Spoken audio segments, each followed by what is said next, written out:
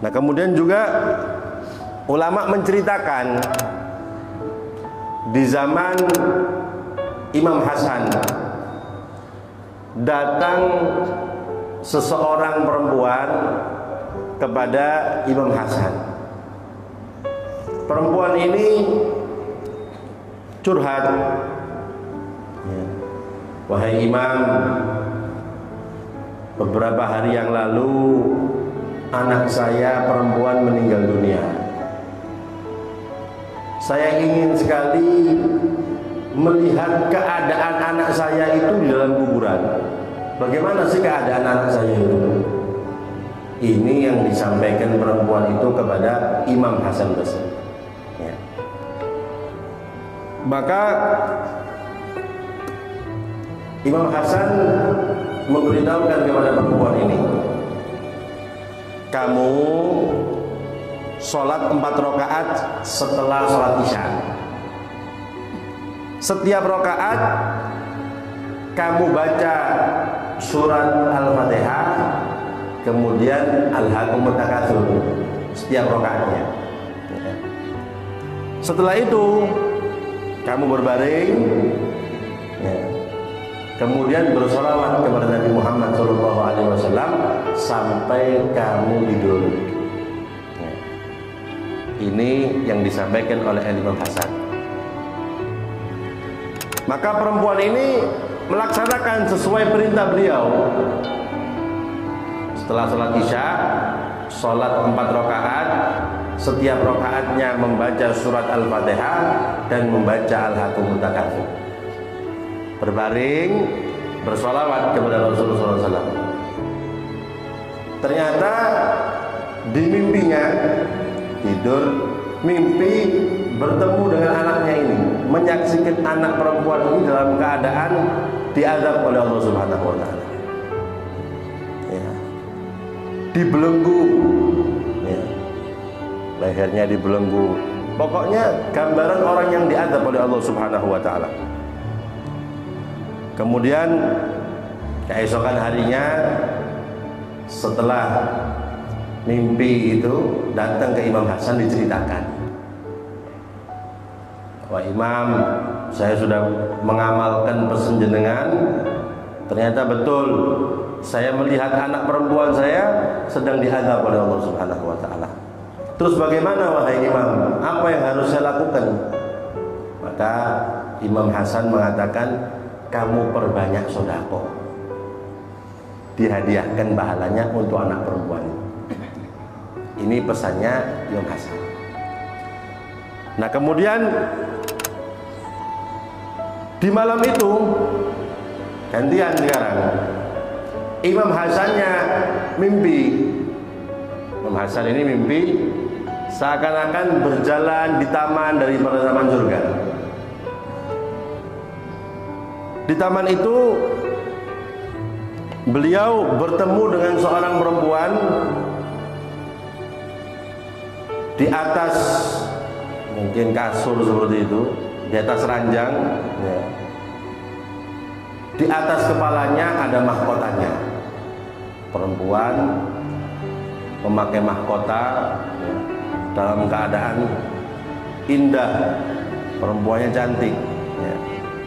Maka perempuan ini bertanya kepada Imam Hasan, kamu kenal sama saya? Dijawab, saya tidak kenal sama kamu. Maka perempuan ini mengatakan, saya anak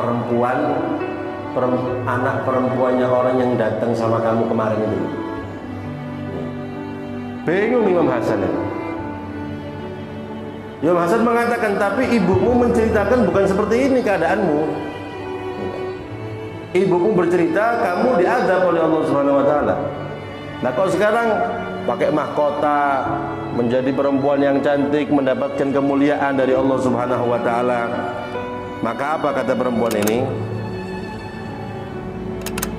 Maka perempuan ini mengatakan, iya betul,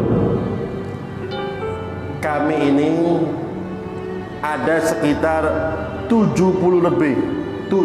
ribu orang yang seperti saya ini.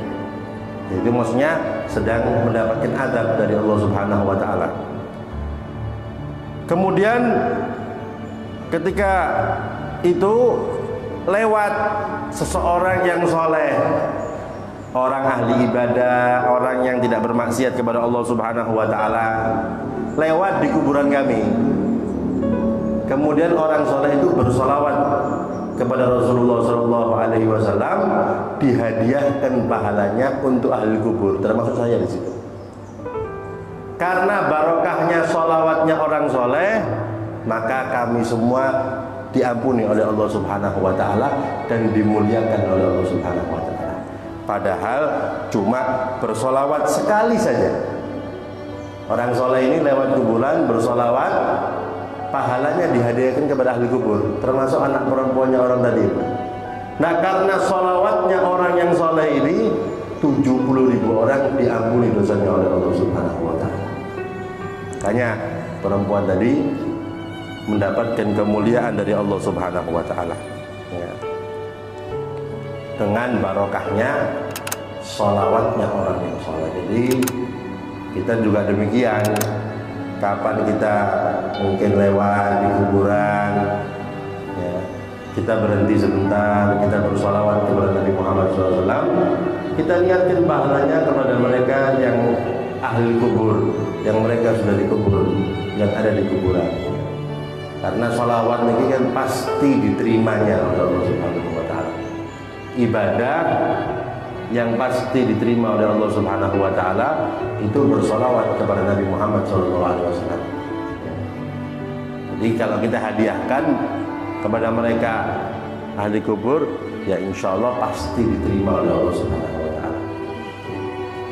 Jadi kalau semua ibadah itu kata ulama antara diterima dan ditolak.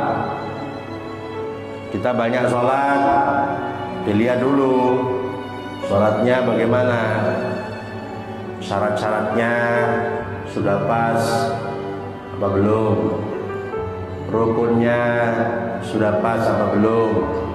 Kalau sudah pas, khusyuk apa enggak dalam sholat, ya. Jangan-jangan nanti niatnya sholat kepingin dipuji orang, jangan-jangan nanti sholat cari perhatian orang. Nah, kalau sudah demikian, ya tidak diterima oleh Allah Subhanahu wa taala. Orang ngaji, baca Al-Quran, apa niatnya? Kalau niatnya memang betul-betul karena Allah, mendapatkan pahala dari Allah Subhanahu wa taala. Tapi kalau ingin dipuji orang, maka otomatis tidak diterima oleh Allah Subhanahu wa taala. Nah, tapi kalau bersolawat ini, meskipun niatnya macam-macam, tetap diterima oleh Allah Subhanahu wa taala. Tapi tentunya ya kita berusaha harus niat ya karena Allah Subhanahu wa taala.